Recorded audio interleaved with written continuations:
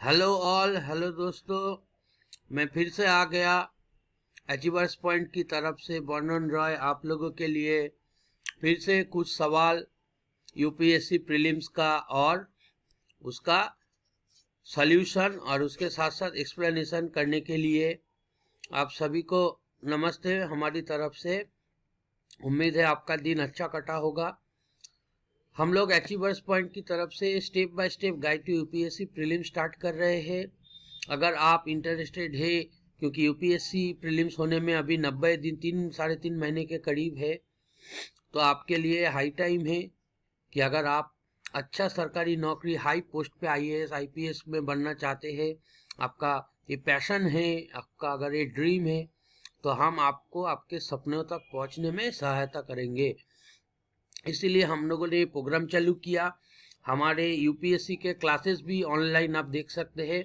Morning सुबह 6 AM से 8 AM Monday to Friday होता है, and evening 10 PM to 11:30 PM Monday to Saturday होता है, जहाँ पे आपको स्टेप बाय स्टेप क्लासेस मिलेंगे। हर सब्जेक्ट के हर टॉपिक डिस्कस किए जाएंगे जैसे एग्जाम में क्वेश्चन आते हैं। तो यहाँ पे हम लोगों ने ऐसे ही पहले 4 वीडियो बनाए। 4 वीडियो में आप लोगों ने पॉलिटी का कुछ क्वेश्चंस देखा, इंडियन कॉन्स्टिट्यूशन का। ये हमारा 5वां अध्याय है, पार्ट 5, जहाँ पे हम डिस्कस करेंगे और कुछ क्वेश्चंस। तो आइए शुरू करते हैं। सबसे पहला क्वेश्चन हमारा दिया गया है, president rule is declared under article 356। क्या बोला गया है? बोला गया है प्रेसिडेंट रूल अंडर आर्टिकल 356 में जो आता है वो of the constitution in a particular state can be, मतलब किस तरह से हो सकता है। द प्रेसिडेंट कैन, यहाँ पे दिया गया है declare that the power of the state legislature are to be exercised by the parliament. मतलब स्टेट लेजिस्लेचर जो है, विधानसभा जो है और विधान परिषद मिला के, उसका पावर कौन एक्सरसाइज करेगा? पार्लियामेंट। मतलब पार्लियामेंट टाइम टू टाइम बोल देगा कि क्या करना है क्या नहीं है। प्रेसिडेंट रूल डिक्लेयर होने से स्टेट का खुद का पावर नहीं रहेगा, वो पार्लियामेंट या संसद के बोलने पे चलेगा। संसद तय कर देगा कब क्या करना है। फिर नेक्स्ट पे आते हैं। दूसरा बोला गया है it extends the president rule indefinitely with the approval of parliament every 6 month। तो हमारे यहाँ पे सेकेंड बोला गया है extend the president rule indefinitely, मतलब राष्ट्रपति के शासन जो है वो कुछ मतलब कोई फिक्स टाइम नहीं होगा उसका, या फिर उसका कोई निर्दिष्ट समय या काल नहीं होगा। वो अनिश्चित काल तक पार्लियामेंट के कहने पे हो सकता है, आगे बढ़ सकता है हर 6 महीने में। तो बोला गया है इनमें से कौन सा स्टेटमेंट या कथन सही है। तो आप लोगों के समझने के लिए मैं और एक बार बोल रहा हूं। पहला कथन या स्टेटमेंट में बोला गया है कि पार्लियामेंट यानी हमारे जो संसद है सेंटर का, केंद्र का, वो लोग राष्ट्रपति जब प्रेसिडेंट रूल डिक्लेयर करता है, राष्ट्रपति शासन का घोषणा होता है, तो राष्ट्र या कोई भी स्टेट गवर्नमेंट, राज्य सरकार कुछ नहीं कर सकता। वो पावर सीधा पार्लियामेंट से होता हुआ प्रेसिडेंट के थ्रू आएगा। और दूसरा बोला गया है extend the president rule indefinitely, मतलब राष्ट्रपति शासन जो है वो हर 6 महीने बाद हमारे जो संसद है वो बढ़ा सकता है और उसका कोई फिक्स टाइम नहीं होगा। मतलब वो जितना दिन चाहे हर 6 महीने बाद बढ़ा सकता है। तो यही 2 स्टेटमेंट दिया गया है। तो आइए देखते हैं इसका सही जवाब हमारा क्या होगा। इसका सही जवाब हमारा दिया हुआ है 29A, आर्टिकल 355। 29A मतलब हमारे पहले क्वेश्चन का जवाब हुआ 1 ओनली, पहला वाला सही है, दूसरा वाला सही नहीं है। क्यों है आइए देखते हैं। यहाँ पे सिंपल बोला गया है कि प्रेसिडेंट रूल जब होगा तो वहां पे पूरे देश में वो लागू होगा तो राज्य सरकार का अलग से कोई काम नहीं होगा, तब पूरा का पूरा राष्ट्रपति का ही शासन चलेगा। अब राष्ट्रपति सेंटर का पार्ट है, केंद्र का, तो राष्ट्रपति की जो पावर या क्षमता है वो पार्लियामेंट या संसद रेगुलेट करता है, उसको मान्यता देता है। तो संसद अगर बोलेगा, भारतीय संसद राष्ट्रपति को, तो राष्ट्रपति उसी हिसाब से काम करेगा। तो यहाँ पे राज्य सरकार का जो स्वतंत्रता है वो नहीं रहेगा, राज्य सरकार कोई अपना डिसीजन ले नहीं पाएगा, उसे सेंटर का ही मानना होगा। तो इसी हिसाब से देखें तो हमारा पहला ऑप्शन करेक्ट है। दूसरा स्टेटमेंट करेक्ट नहीं है। क्यों नहीं है? क्योंकि प्रेसिडेंट रूल जो है वो हर 6 महीने बाद एक्सटेंड किया जा सकता है, लेकिन वो इंडेफिनिट पीरियड मतलब अनिश्चित काल तक नहीं किया जा सकता उसको एक्सटेंड, अनिश्चित काल तक उसको नहीं किया जा सकता। हमारा आंसर होगा ए, वन ओनली। क्यों अनिश्चित काल तक नहीं किया जा सकता? क्योंकि प्रेसिडेंट रूल किसी भी देश में कंटिन्यू रहे तो डिक्टेटरशिप बन जाता है। तो इसीलिए पार्लियामेंट 6 महीने के अंदर उसको ज्यादा, कम से कम 6 महीना रहता है राष्ट्रपति शासन, और ज्यादा से ज्यादा 3 साल रहेगा, उससे ज्यादा नहीं रहेगा। हालांकि 3 साल भी नहीं रहता, उससे कम रहता है। तो इसी हिसाब से देखें तो हमारा जो सेकेंड स्टेटमेंट है, प्रेसिडेंट रूल इंडेफिनिट पीरियड, ये हमारा गलत है पूरा। लेकिन पहला वाला स्टेटमेंट जो है वो हमारा सही स्टेटमेंट है, इसीलिए हमारा आंसर होगा वन ओनली। अब आते हैं दूसरे क्वेश्चन पे। दूसरा क्वेश्चन क्या दिया गया? Consider the following statement with respect to the national commission for protection of child rights.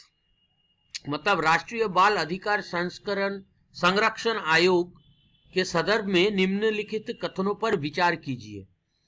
हम सब जानते हैं राष्ट्रीय बाल अधिकार संरक्षण आयोग क्यों बनाया गया? ताकि भारत में जो चाइल्ड राइट्स है, मतलब एक बच्चे का जो अधिकार है, उस अधिकार से उसे वंचित ना किया जा सके, उसको प्रोटेक्ट किया जा सके। इसी को ध्यान में रखते हुए इसको बनाया गया है। तो इसका क्या बोला गया है, कौन सा सही है फंक्शन? पहला बोला गया है it is a statutory body constituted under the child labour act 1986। ये बाल श्रम निषेध और विनियमन अधिनियम 1986 के अंतर्गत गठित एक सांविधिक निकाय है। मतलब सिंपल है कि ये कोई कॉन्स्टिट्यूशनल बॉडी नहीं है, इसको बनाया गया just to maintain the rule, ताकि अगर कोई इंसान ऐसा हरकत करे या बच्चे का राइट्स या उसका अधिकार छीने तो उसके खिलाफ एक्शन ले सके। तो ये एक तरह का स्टैट्यूटरी बॉडी, यानी फिर सांविधानिक कॉन्स्टिट्यूशनल नहीं, बट एक लीगल बॉडी के रूप में रखा गया है। और दूसरा है it has designated as the agency to monitor provisions of the right to free and compulsory education. मतलब आरटीई हम जब जानते हैं कि 6 से लेके 14 साल तक बच्चे को बाध्यतामूलक उनको शिक्षा देना ही पड़ेगा। एलिमेंटरी एजुकेशन यानी प्राइमरी शिक्षा जो हम बोलते हैं, उसे वो देना ही है। और ये काम कौन देखेगा हो रहा है कि नहीं? एनसीपीसीआर मतलब राष्ट्रीय बाल अधिकार संरक्षण आयोग देखेगा कि हर बच्चा right to free and compulsory education, निःशुल्क उसको कंपलसरी जो मैंडेटरी एजुकेशन है बाध्यतामूलक, वो दिया जा रहा है कि नहीं। तो यहाँ पे हमारे स्टेटमेंट्स दिया गया है कि कौन सा करेक्ट है, 1 2, बोथ 1 2, नाइदर 1 2। तो चलिए आइए आंसर देखते हैं। इसका आंसर होगा बी, 53 बी। मतलब बोला गया है इसका आंसर 2 ओनली। क्यों 2 ओनली है इसका आंसर, आइए देखते हैं। सबसे पहले बोला गया है यहाँ पे कि it is a statutory body. तो commission for protection of child right act जो है वो 2005 में आया था, और ये एक स्टैट्यूटरी बॉडी है, लेकिन ये 1986 में नहीं आया था, ये आया था 2005 में। और यहाँ पे हमारे सवाल पे क्या दिया गया है? हमारे सवाल पे दिया गया है कि ये कब आया? 1986 में, लेकिन ये एक्ट में नहीं हुआ था, ये आया था हमारे कौन से एक्ट में, commission for protection of child right 2005, इसलिए हमारा पहला स्टेटमेंट गलत है। लेकिन दूसरा स्टेटमेंट हमारा सही है कि एक बच्चे को भारत में उसका अधिकार मिल रहा है कि नहीं और उसको कंपलसरी एजुकेशन मिल रहा है कि नहीं, ये देखने का काम ये डिपार्टमेंट का है, सरकार के। राष्ट्रीय बाल आयोग का ही ये काम होगा कि देखे हर शिशु को, हर बच्चे को निःशुल्क शिक्षा मिल रहा है कि नहीं। तो इसी हिसाब से अगर हम लोग देखें तो हमारा पहला आंसर गलत है, मतलब ऑप्शन 1 स्टेटमेंट 1 नहीं जाएगा, वो 2005 है।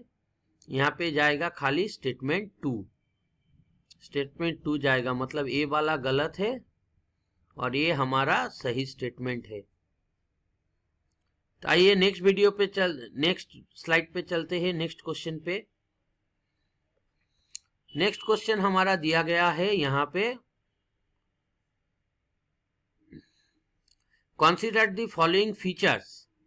यहाँ पे निम्नलिखित विशेषताओं पर विचार करें, विशेषताओं पर।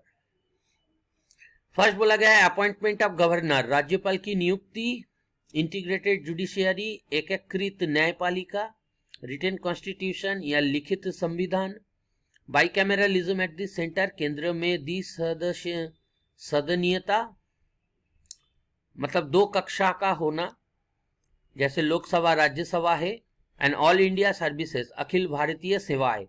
बोला गया है which of the above are unitary features of Indian polity, मतलब ऊपर ये जो 5 ठो विशेषताएं दिया गया है, इनमें से कौन सा विशेषताएं एकात्मक विशेषताएं है राज्य व्यवस्था, भारतीय शासन व्यवस्था का।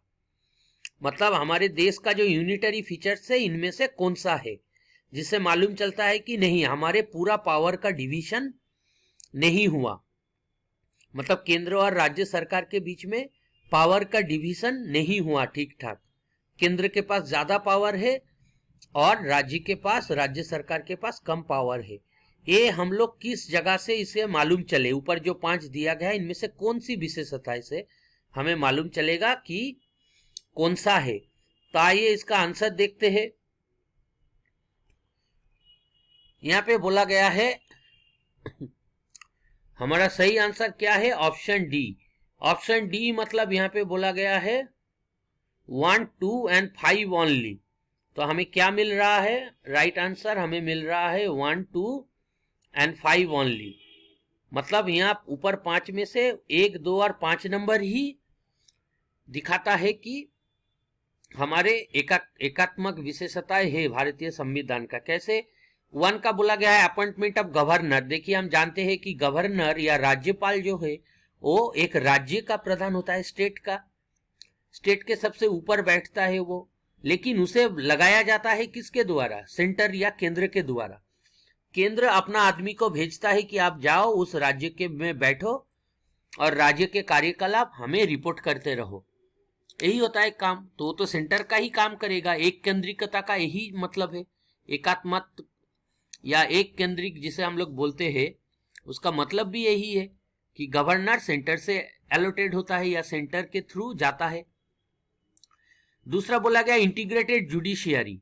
इंटीग्रेटेड जुडिशियरी का मतलब हम सब जानते हैं कि अगर हाई कोर्ट या उच्च न्यायालय में आपको कोई डिसीजन आपके खिलाफ गया या फेवर गया, जो भी हो, आप उसके ऊपर सुप्रीम कोर्ट में जा सकते हैं, लेकिन सुप्रीम कोर्ट के ऊपर कोई नहीं है। मतलब सेंटर सुप्रीम कोर्ट को देखता है, तो सुप्रीम कोर्ट जो न्याय या जो विचार देगा, राय देगा, उसे मानना ही पड़ेगा, आपके पास और कोई रास्ता नहीं है। लेकिन हाई कोर्ट जो स्टेट का सबसे ऊंचा कोर्ट है, उसमें अगर आप केस हार जाए या जीत जाए तो आप उसके खिलाफ सुप्रीम कोर्ट में जा सकते हैं, मतलब उसके डिसीजन को चैलेंज कर सकते हैं। लेकिन सुप्रीम कोर्ट के डिसीजन को आप चैलेंज नहीं कर सकते। इसी से मालूम होता है कि हमारा जुडिशियरी एक दूसरे से जुड़ा हुआ है, एकीकृत है, और सुप्रीम कोर्ट का या उच्च न्यायालय का बात ही एकदम हाईएस्ट पॉइंट है, उसके ऊपर कुछ नहीं होगा। और हमारा 5वां है ऑल इंडिया सर्विसेज, अखिल भारतीय सेवाएं। ये कौन तय करता है, जैसे यूपीएससी आप लोग देने वाले होंगे, या उसका प्रिपरेशन ले रहा है, यही है अखिल भारतीय सेवाएं, ऑल इंडिया सर्विसेज। और ये सेंटर ही पैदा करता है पोस्ट को या ऐसे नौकरियों को। राज्य का इसमें कोई हाथ नहीं है, राज्य अपना खुद का करता है।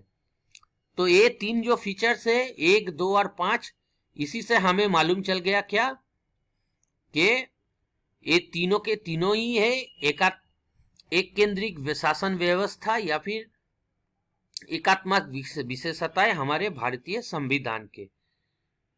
अब आते हैं नेक्स्ट सवाल पे। नेक्स्ट सवाल पे हमारा दिया गया है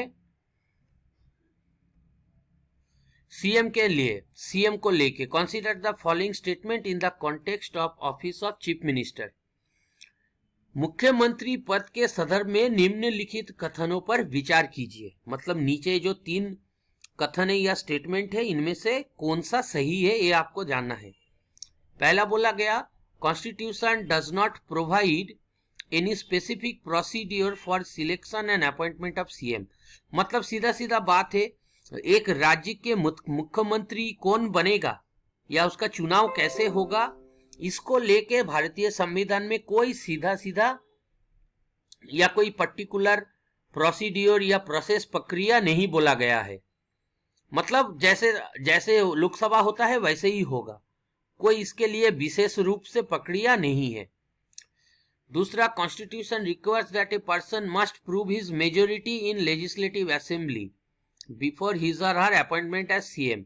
बोला गया है एक व्यक्ति उसको विधानसभा में अपना मेजोरिटी दिखाना होगा, यानी बहुमत दिखाना होगा, तभी जाके उसको सीएम के रूप में अपॉइंट कर सकते हैं।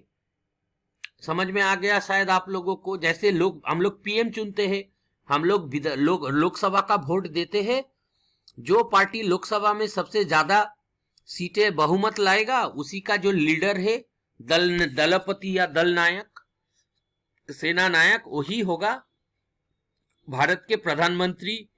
सेम केस होता है सीएम के साथ भी।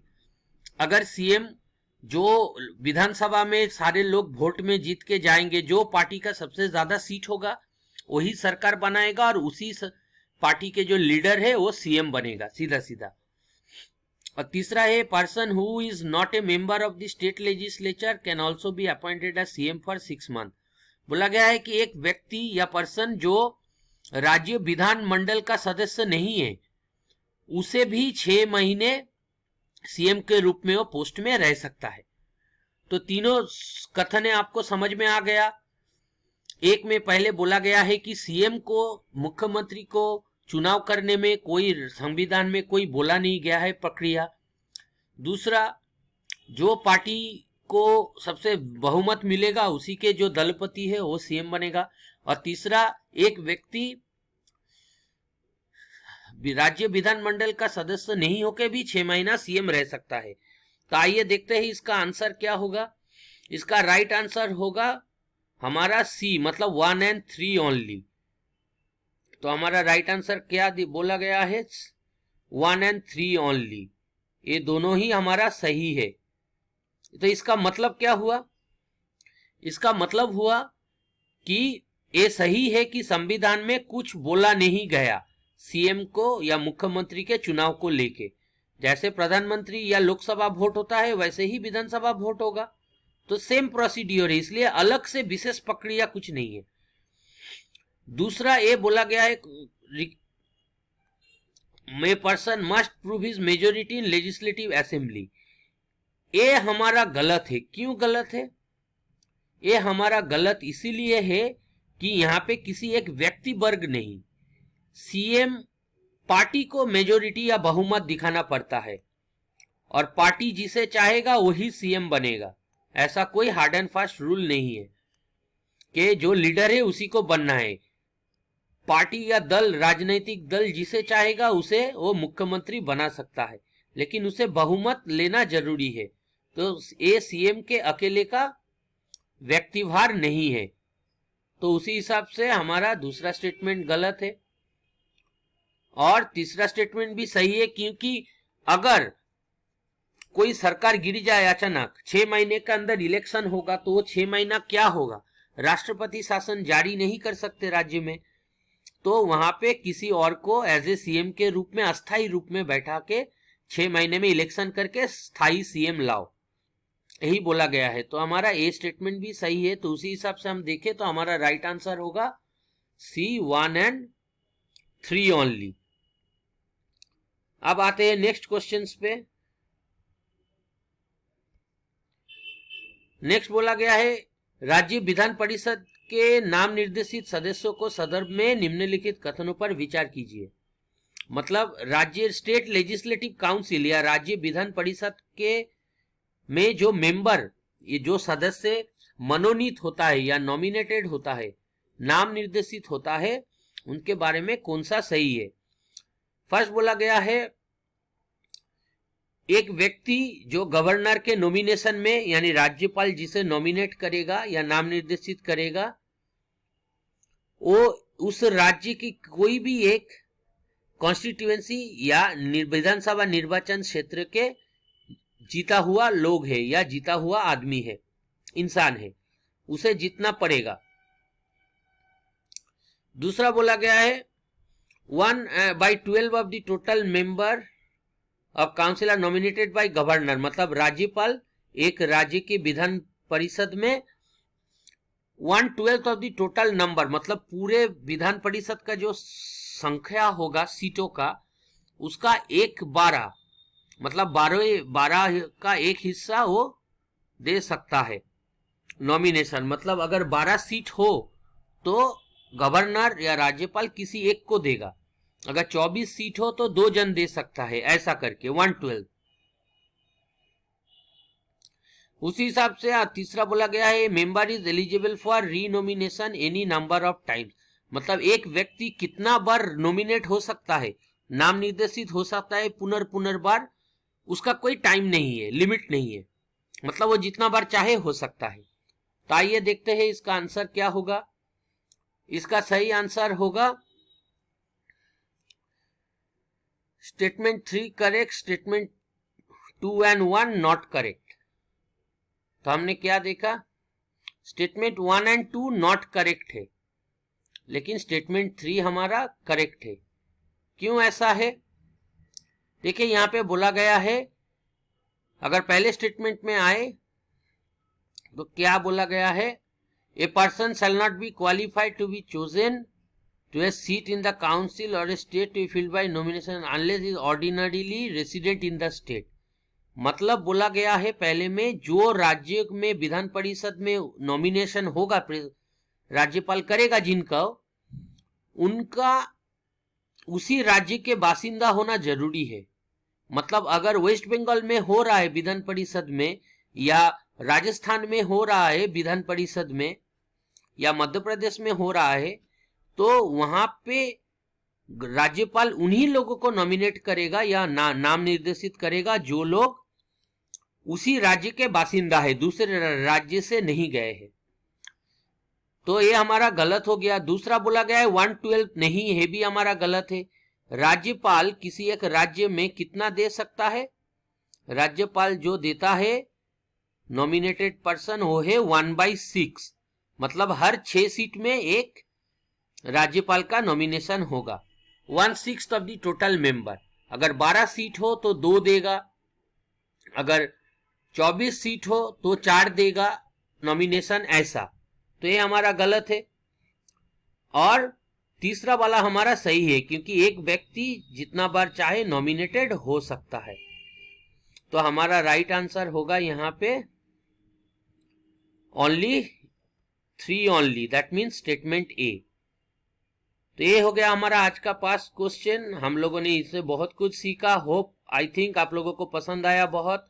आगे हम लोग ऐसा वीडियो और बनाते जाएंगे और आपको देते जाएंगे, और आप इसको देख के सीखते रहिए और प्रिपरेशन लेते रहिए। और अगर क्लास करना चाहते हैं तो नीचे फोन नंबर दिया हुआ है, आप लोग यहाँ पे संपर्क कर सकते हैं और भर्ती हो सकते हैं। आप लोगों का प्रिपरेशन पूरा करवाया जाएगा। तो इसी आप लोग अच्छे पढ़े, अच्छे रहे और सावधानता अवलंबन करें। इसी कोविड के टाइम पे सावधान रहे, स्वस्थ रहे। और चलिए ये बोल के हम लोग आज का वीडियो खत्म करते हैं। अगर आप लोगों को कोई क्वेश्चन या कोई सवाल वगैरह है तो आप लोग ये वीडियो यूट्यूब में आप लोग पूछ सकते हैं। Thank you.